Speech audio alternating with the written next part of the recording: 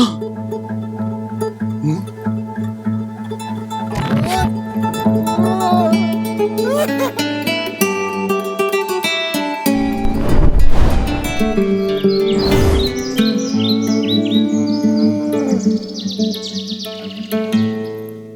guys, hope you're doing well. I want to jump right into it this week. In Jesus' Olivet Discourse in Matthew 24, he makes an ominous statement. He says, because of the increase of wickedness, the love of many will grow cold.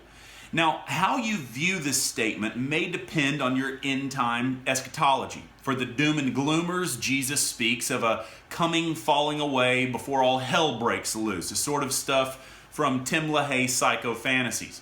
I personally think the most objective reading of Matthew 24, however, would be more the preterist or partial preterist interpretation that these prophetic passages are pointing to the downfall of Jerusalem in AD 70. Just as Jesus said, this chaos was going to go down in that very generation. But nevertheless, I don't define my end-time views in any neat category like preterism. I'm an eschatological agnostic. Unlike people who need their answers in linear, neat little line item rows, I can humbly admit that I have no idea how it's all going to go down. I just know that it's better than we could possibly imagine because Jesus Christ is perfect eschatology. It's about a person. Now, if you want my commentary and reading on the book of Revelation, which I actually recorded in an Orthodox chapel on the island of Patmos last summer, you can pick it up at johncrowder.net. There you go, right there. But in that, I explain that mysticism is the only way forward in terms of these apocalyptic sayings. We need to hold our interpretation and the fulfillment of them with open hands. Now, why do I say that? Well, see, on the one hand, when we get too literal with our interpretations, futurists get religiously superstitious about what is to come, meticulously parsing out all the details of how they think the end times are going to unfold. And then some preterists, now don't get me wrong, because I lean that direction, as I said, but some preterists, on the other hand, have a sort of smug indifference to certain passages that they think are outdated or already fulfilled. But all of these camps are ultimately based on logic and overly literal. I mean, not to allegorize everything too much, there is literal interpretation of certain passages, but what if the eschaton, Judgment Day, the whole lot of it is something that stands ever before us outside of time and space and constantly confronting us in the present in a very personal dynamic. And these passages daily should confront us in an experiential, tangible, and very personal, devotive way. I mean, for some of us, we're facing some sort of Armageddon next month when your taxes are due. And maybe you just found out your best buddy's worshiping a big seven-headed horny dragon and your sister-in-law's been playing the whore of Babylon. So there's personally applicable metaphor in all apocalyptic writings. Don't try to figure it out as much as you just embrace it, okay? Well, all that massive intro I just gave you is just to lead up to my point. That yes, in whatever way it plays out, all of us in every age, I believe, face something we are confronted with in this particular verse. That is what we may call a great falling away, where the love of many waxes cold. So if we could get off of our high horse of hermeneutical guesswork and just embrace the raw mystery of this for just a minute, I bet if many of you sat back and counted, you would run out of fingers and toes if you started to think of how many of your own close friends, family, or fellow believers have lost their zeal and passion for Jesus over the past few years, the past 3, 4, 5 years. So let's look at this verse again in a little bit of context, just starting with verse 10, okay?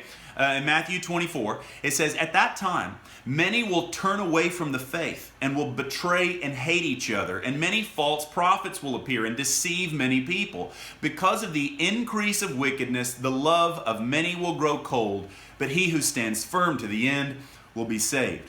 And this is often connected to Paul's passage in 2 Thessalonians 2 about a great falling away, where it says, "Let no man deceive you by any means, for that day shall not come, except there come a falling away first, and that man of sin be revealed, the son of perdition." Now, we've talked about that verse before in terms of the son of perdition. And again, yes, the immediate application of this likely found in the falling away of the Jews, the apostasy in the Second Temple, and the coming destruction on Jerusalem in 70 AD. Okay, but I don't want to backtrack here, because in a timeless sense, I think this is almost to be expected in every age.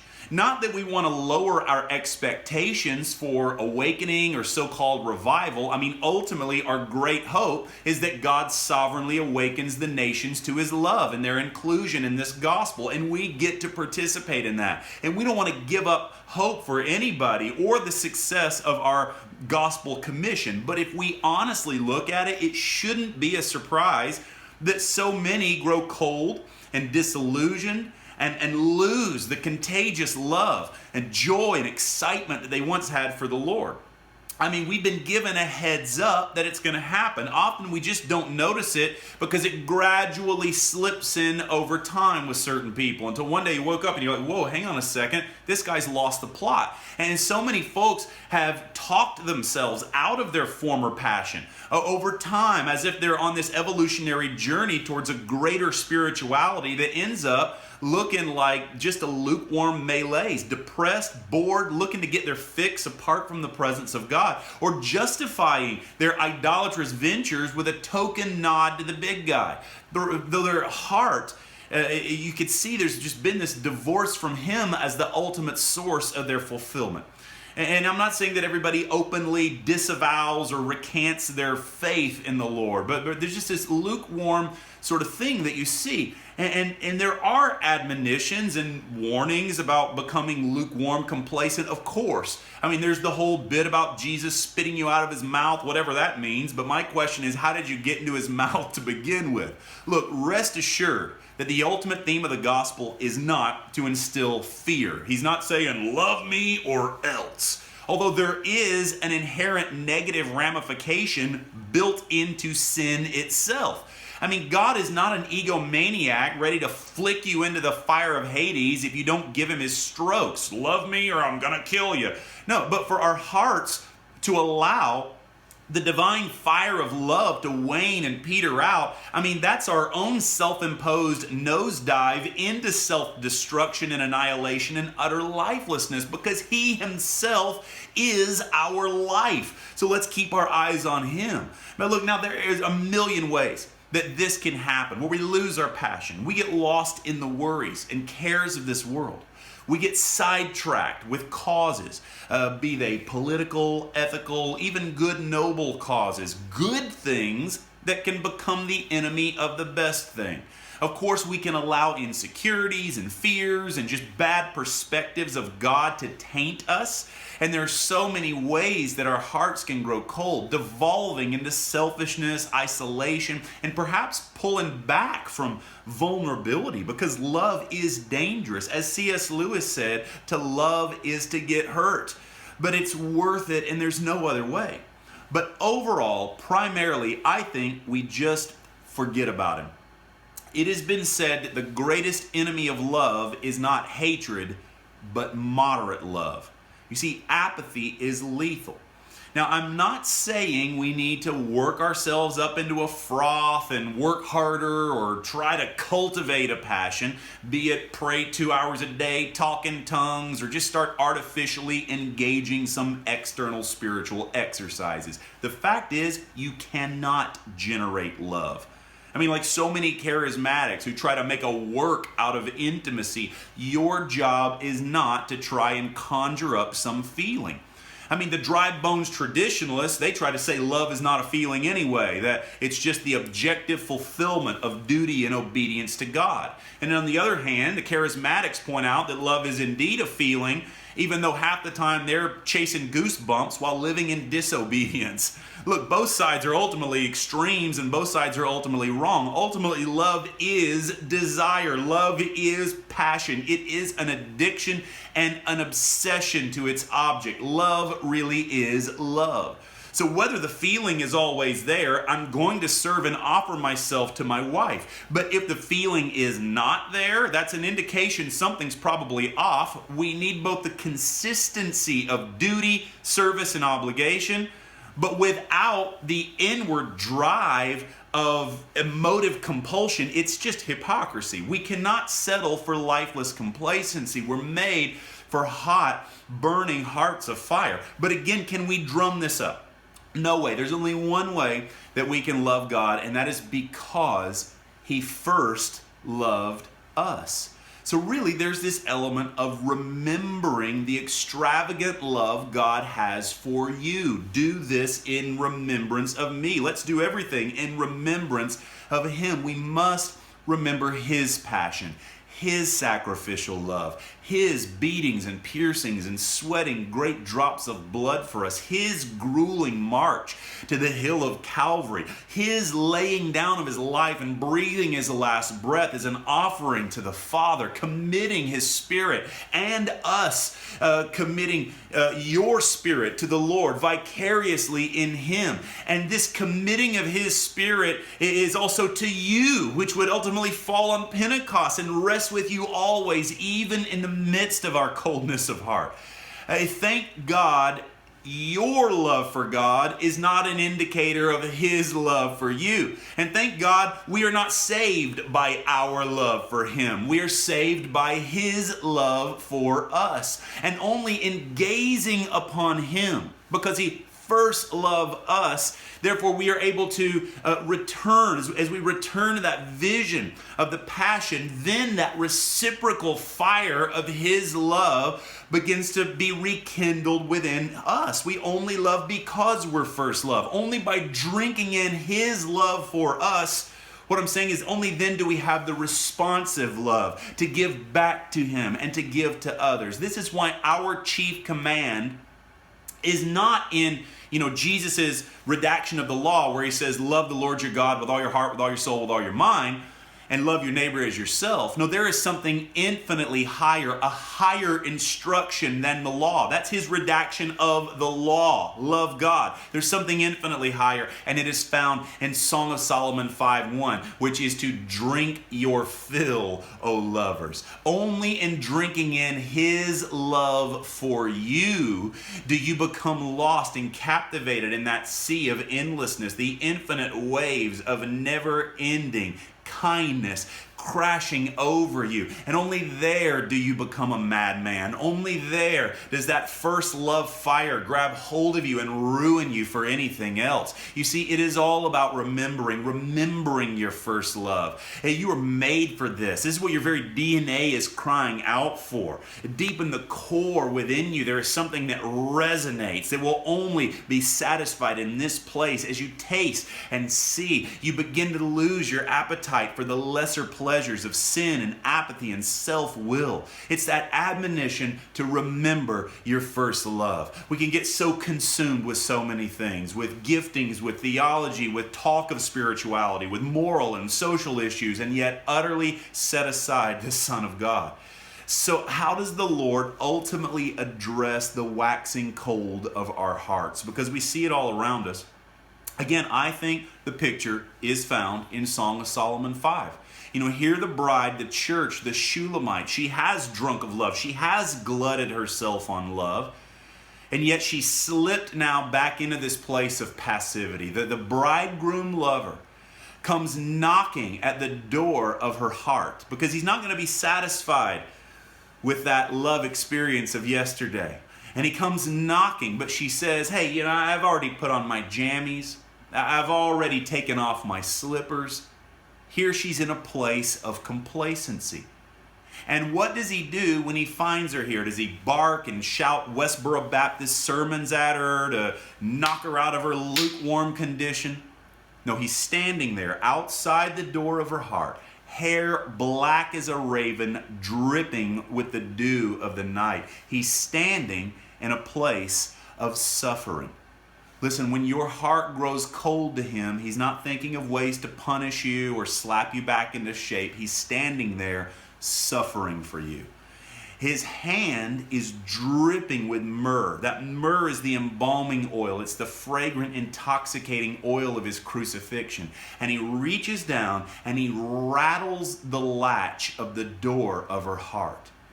And then that fragrance of his sacrificial love begins to flood the room. And then suddenly she jumps up, she bolts to the door, she places her own hand to the latch of her heart, and then her own hand begins to drip with that self-same myrrh of sacrificial love. Because see, when this love gets hold of you, when this fire gets hold of you, this revelation of his abandoned, selfless, life-giving love for you, even unto death, well, man, again, you become utterly ruined. You too begin to get possessed by that same sacrificial love. You are willing to do anything, run anywhere, go anywhere, pay any price. Look, I don't know your religious associations this week. Maybe you're burned out and want to vomit over some traditional evangelical background you had, or maybe some kooky charismatic experiences, and you have associated God with all that stuff. So it's hard for you to wrap your head around moving forward with Jesus again.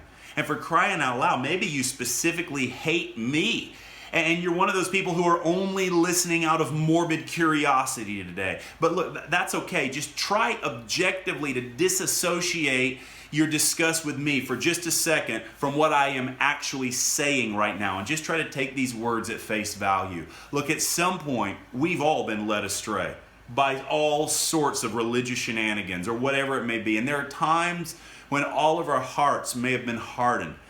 And like a native scout, we end up spiritually searching down some box canyons, after which we humbly turn around and come back and say, whoa, not that way, boys. We end up with this dull, lifeless taste in our mouth, knowing that there must be more. But is it as simple as returning to the place from where we started, albeit maybe a little older and wiser? I mean, we get so sidetracked with man's ideas about God, but the Lord is constantly in a still small voice calling us back home, back to our first love. Back to the sweet mercies he poured out over us, for us, as us, his unconditional, life-giving death.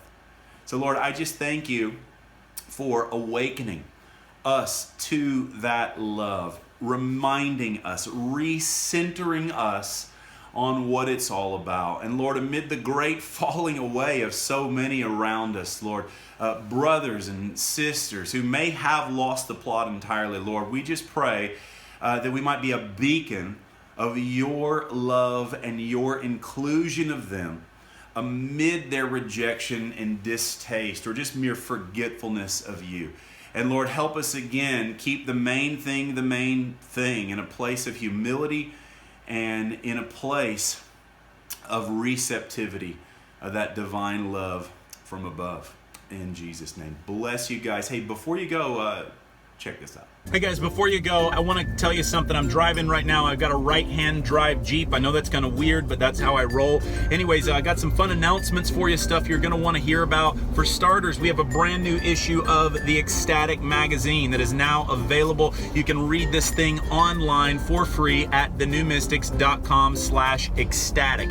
And also, if you don't have our app, you can get it on iPhone or Android. Just go to the Apple App Store or the Google Play Store for Android and search for New Mystics. And if you get that app, you can read the Ecstatic Magazine right there from your phone. We have some great new articles, lots of events and fresh happenings. And just to let you guys know, I am not texting and driving. Don't worry about that. I am only recording a video and driving. And another thing, man, one thing, it's going to be a blast. We have our Trans-Siberian Railroad internship coming up this summer. Now, I don't do internships often. This is only the second one I've done in 5 years, but we are taking the railroad through Mother Russia, man. We're hitting 2 spots in Russia. This thing's going to be wild. We're going to be in St. Petersburg, as well as the Ural Mountains, and also we're pushing this mother all the way into Mongolia. We're going to do outreaches in villages in Mongolia. We're going to be in Hungary, Budapest, also in Armenia. Now, I can't take a lot of people. We only have a spot for a couple folks left. So if you're one of these guys, you just want to really just get immersed 24/7 for 3 weeks, what it's like being on the road, itinerant ministry, just absolutely inundated in the gospel, gospel every single day, walking in the whack, and just spending some personal time with me. I mean, that's what these internships are all about. Just get a feel, rub shoulders, and just pick something up on the road with us. You need to go online, thenewmystics.com/RU, okay? April 1st is a deadline, but we only have a couple spots left. Also, if you don't want to do an internship, but you are interested in missions, we're going to be going to 2 nations at the end of the year, a 2-nation mission trip to Hong Kong and Philippines. And these things do fill up. Our trip to India that's coming up in a couple weeks is full. We can't fit any more people. But man, when we go to Hong Kong and Philippines, we're going to the garbage dumps. We're going to be going to the red light districts for outreach. We're going to have supernatural grace events, and you're going to be working miracles yourself. Also, we're going to be launching our brand new children's home that we're building in Manila, a new Sons of Thunder orphanage. It's going to be great. So you can find out more at thenewmystics.com/go. And look, do not hesitate. If you want to go, just go. Nothing's stopping you. Also, just a few events I should probably let you know about. I'm going to be in Newport News. I just ran a red light. I'm going to be in Newport News, Virginia for John Crowder Naked. And it's a special event where you find out all sorts of weird, interesting, personal information about me. I'm going to share some intimate stories. We're going to preach the gospel. It's going to be glorious. Go to thenewmystics.com/naked, and that is April 21st to the 23rd. And also, my wife, Lily Crowder, is going to be doing a women's conference with Melissa Wood and Benny Johnson in Santa Barbara, California. So you ladies can have your husbands ship you right over for that at the end of April 28th through 30th. Go to thesweetretreat.info for information.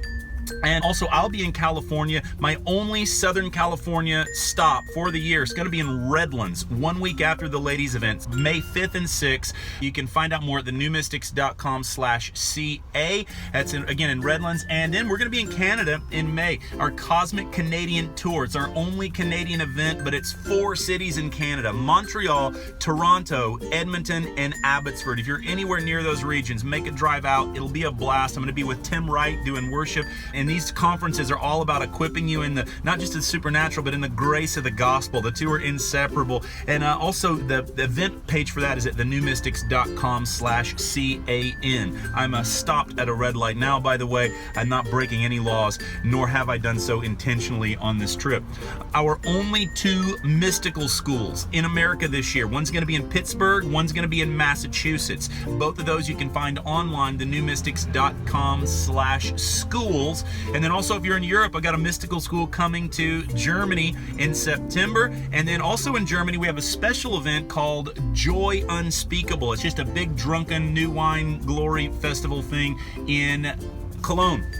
And then let me see, I guess just one other thing I should mention. We have only recently announced our Paradise Now event, which is a 4-city tour that I'm doing again with Tim Wright, and it's coming to the USA this October in the fall. So start making plans. If you're in Tampa, Florida, if you're in Houston, Texas, if you're in Billings, Montana, or Redding, California, our only Northern California stop, those are the 4 cities. Okay, Tampa, Houston, Billings, and Redding. Go to thenewmystics.com/tour and you can find out more about it. Bless you guys. Again, all the events are online at thenewmystics.com/schools. Catch you next week. Sons of Thunder runs on partnerships and generous contributions from people like you. If you've been blessed by the ministry and want to participate in sharing the gospel and reaching the poor with us, consider becoming a monthly supporter at thenewmystics.com/partners.